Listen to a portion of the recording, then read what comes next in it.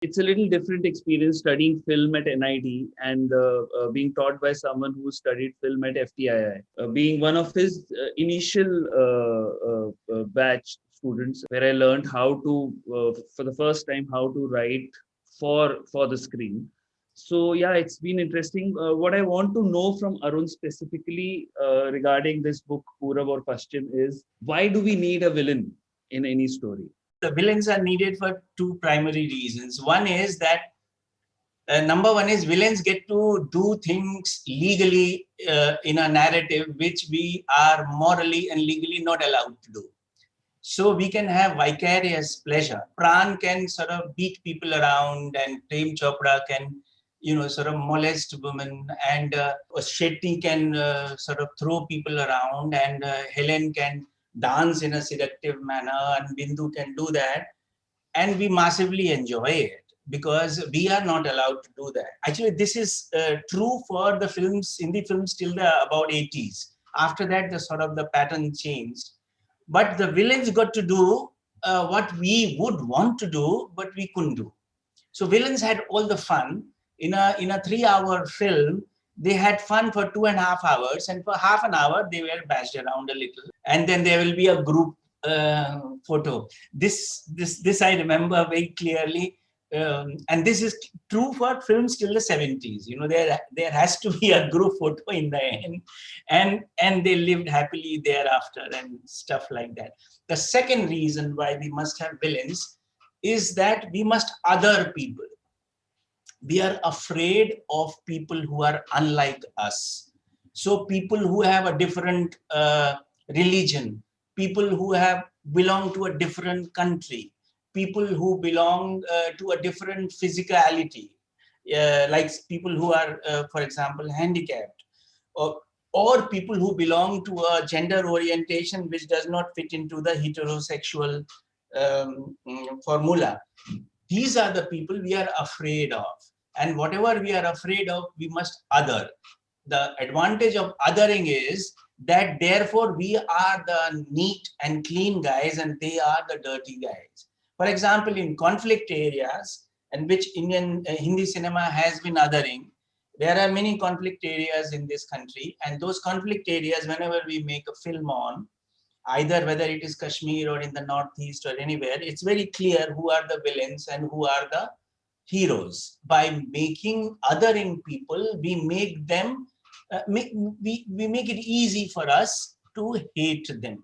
It becomes simpler to hate someone if you can villainize that person. It's difficult now. It's no longer easy to point out who is the villain and who is the hero. And those kind of crude narratives are no longer being made where it was clear. But nevertheless, just scratch the surface and you can see the othering. The othering is much more subtle now. Yeah, and the villainy is much more subtle now. Especially in your book, all the films that you're talking about, whether it's the Westerners, whether it's the Western culture, whether it's the neighbors, all these characters still exist. Have we stopped villainizing them, or have we not been able to deal with it yet? And what has happened that villainy has changed after the 80s? What has happened is that like there are two kinds of strands. One is the Vishal Bharadwaj kind of territory where villainy has truly got grey, in the sense the hero is the villain. Then there are films like Kurban, for example, by Rensil de Silva, which is talking about terrorism.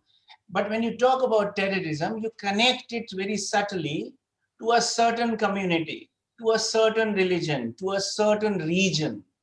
And you are not saying they are terrorists, but you are implying that. You're implying that. The implications are much more sophisticated. A film like Lagan, Lagan is not portraying the British in such crude manners. But Captain Russell, because he is British, he can't possibly be good. Yeah. So as opposed to Kranti and the crude portrayal of the British in Kranti, or in Purab Aur Paschim, for example, and Lagan gets a British woman in love with our native hero. But eventually, he's a bad man. He doesn't play the game. The irony of Lagan is that the Britishers don't play cricket honestly. And while the Indians, the Desis who have picked it up from Gilli Danda, actually play it by the rule book. So they don't play the game. This is, of course, Ashutosh Gowarikar is very, very intelligent and he knows what he is doing. And Amir Khan is a great actor and he knows what he is doing. But definitely, the villain is clear. The British cannot but be villains in a Hindi film. How come we were so stupid that a group of people from a tiny island could conquer us? There must be something wrong with us as well. No, the narrative cannot only portray the British as stupid and cruel. They were not always that. Like the book which I was originally writing, and this is one part of that book, is going to end with the films of Vishal Bharadwaj, because I think he's a very interesting exposition of how the erstwhile villain became the hero. And there was no issue because you understood that human beings are fallible. But there is another set, and of late it has become so much the trend in Hindi cinema, whether for the big screen or for internet platforms, to hide this fact in sophistry. You are still doing what Manoj Kumar used to do. Right. Yeah, but you are doing it in a sophisticated manner, pretending that you are not biased, pretending you are not othering people. Right now, the villainy is so much more dangerous because it's hidden in apparent equanimity. What I think is, in this kind of a hidden capitalist economy that we are living in right now, not hidden anymore, but through the 90s and through the 2000s, we were not accepting that we are capitalist. We have become capitalist. But I feel that every other person is a villain, क्योंकि अपनी कहानी के तो हम ही hero रहेंगे, तो हमारे लिए हर कोई विलेन ही हो गया. Correct. So that becomes a very interesting problem for a filmmaker or for a screenwriter. So I would like to see how we take villainy from now onwards. I think these strands, two strands will continue, because one strand is a quasi-political agenda where you have to other people in order to get them out of your way. And communication media, including cinema and television, will be used to do that for the foreseeable future, where you will want to other people and get them out of the national, quote-unquote, national mainstream. And so there will be villains and heroes, but they will be contextual. Contexts will become much more important, because once you have a context, then you can understand. Like, for example, all of us have sinned, no? But when we sin, there is a context and there is a time and place and space to it, no? And then once you are out of that context, then you can look at your life and look and judge yourself once again and reposition yourself. Our morality is contextual and personal, but this is a very personal take on villainy. I think we are, as you rightly said, we are all villains if given the situation. But since society expects us to behave in a certain way, we make compromises. Yeah, we are heroes and villains given contexts, and all of us are capable of that. There is no one born a villain or a hero. If you take this film Diwar, in which the hero was a rebel, but he was a smuggler. He was indulging in illegal activities as per this thing, but he's still considered the hero. And even the gray hero had a bigger villain to contend with, which again brings us back, what makes a good villain in a film? There are two kinds of films. No, one is the retro film. Right. What makes a good villain till the 70s is Pran or Prem Chopra or Gulshan Grover or Helen or Bindu or Sonia Sahni or all of those characters. What makes a good villain today is Pankaj Kapoor in Maqbool. What makes a good villain in today's context is what's his name in Heather? Shahid Kapoor. That's a good villain. I remember one of the most enjoyable villains in recent times for me has been Khosla Ka Ghosla mein wo kaun the wo? Baman Irani. And that thing on his table, no? Yeah, right. Amazing villainy and very classical villain and still very modern, that kind of stuff. If you look at Dibaka Banerjee's film Oye Lucky Lucky Oye, Yeah. and even that 3-in-1 short film Love, Sex and Dhoka, right. ये सारे में villains हैं boss.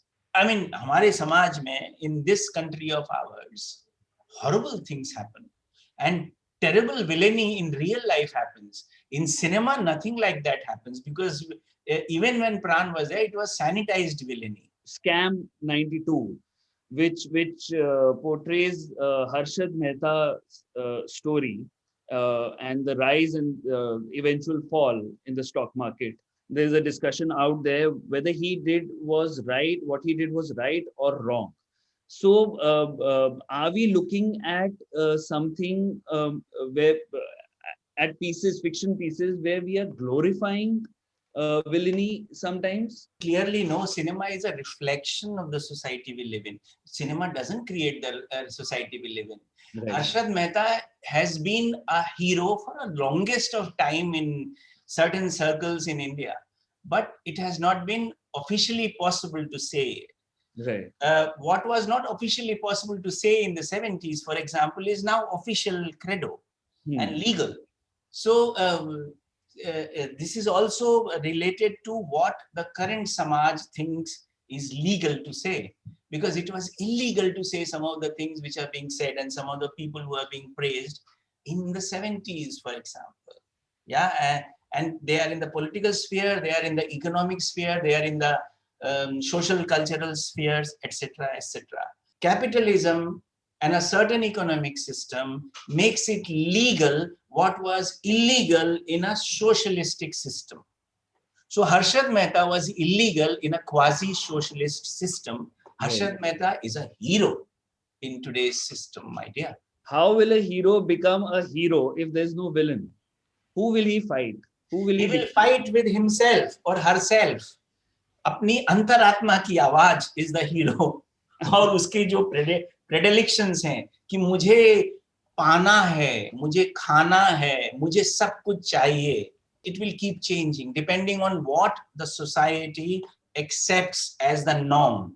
Yes. What as the society in India currently accepts as the norm is not what your parent society accepted as the norm. True. So the norm has shifted. The goalposts have shifted. Today's heroes will be tomorrow's stupid, because it will become something else. The goalposts keep shifting, society keeps shifting. So it's the same, it's the conflict between the devil and the angel. Right. So ये तो हर समय रहेगा, मगर ये अंदर है. Thank you. What an exciting discussion. Wow. The villain in all of us. After this amazing discussion, we're now going to take a quick behind the scenes look on how this book was actually made. Now, give you a little preview of what to expect when you receive the copy. So for that, I'd like to introduce my colleagues, Siddhartha Tripathi, who is the illustrator of this book, Vineet Gedam, who is the designer, and Tarun Deep, who is the designer, but also an amazing mentor to the design of this book. So we'll start with Siddharth. Siddharth, as an illustrator, could you share with us what was your experience of working on this book? How Arun explained to all of us the way he sees the villains, no? It was very strange because I have watched all the films. I have been watching these films again and again. But for some reason, I was not being able to see the way Arun was seeing the villains as, So for me, I remember having a lot of discussions with Arun once in a while. And he used to give me more hints ki rather than drawing that particular villain like the way you are drawing, you have to depict him in a different way. Siddharth's illustrations and Vineet and Tarun's art direction and design have really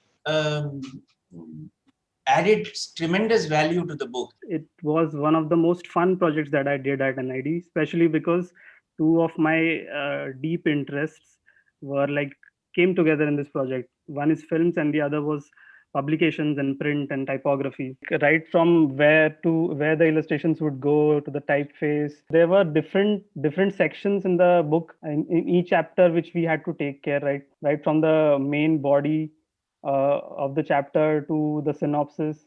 Each chapter has a different icon. Each and every chapter has a dedicated section separator, which has a huge illustration which tells something about that particular film, that particular chapter. Book has a comic book kind of a quality to it. How was that decision taken? Why didn't you go color? No, Hitesh, I think, that's a very, very important question. And the bottom line is that we wanted more and more people to read Arun's book. And that means that I don't want to spend too much money in the printing costs. Right. Because the moment you spend more money in the printing, your MRP also increases. And it's good fun to have, especially for this kind of a book, which is about films, as much as about villains, as much as it is about Arun, and as much as it is about the technicolor Indian cinema, which all of us have subconsciously in our mind. Let's have the illustration black and white and simple, and let the reader imagine in his or her mind. When the first draft of the manuscript came, I sort of started scratching my head, because from a book design perspective, the text was very, very complex. It has 4 major stories, 4 different films he's talking about, and all 4 of them have to be given equal justice. B, there is a certain humor or tongue-in-cheek humor in his narrative, the way he is writing. Third, he's talking about Indian cinema, he's talking about Bollywood, he's talking about Hindi picture. So the whole text is peppered with dialogues which are originally in Hindi language, but they are written in the English script, which means there are a lot of text is going to be punctuated with italics typefaces, right? So that level, the concern was that कि यार ये बहुत heavy हो जाएगा. So how do we break it into different layers so that a reader who is in hurry can just look at the quotes which are near the thumb when you flip through the book. There are these quotes which come near your thumb on the margin. Because of the complexity of the text, Vineet and me at some point of time took a call that we will go with a conventional serif typeface. So what appears to be a very simple design, it went through a lot of iterations and a lot of test prints and a lot of, cracking it kind of a thing. No?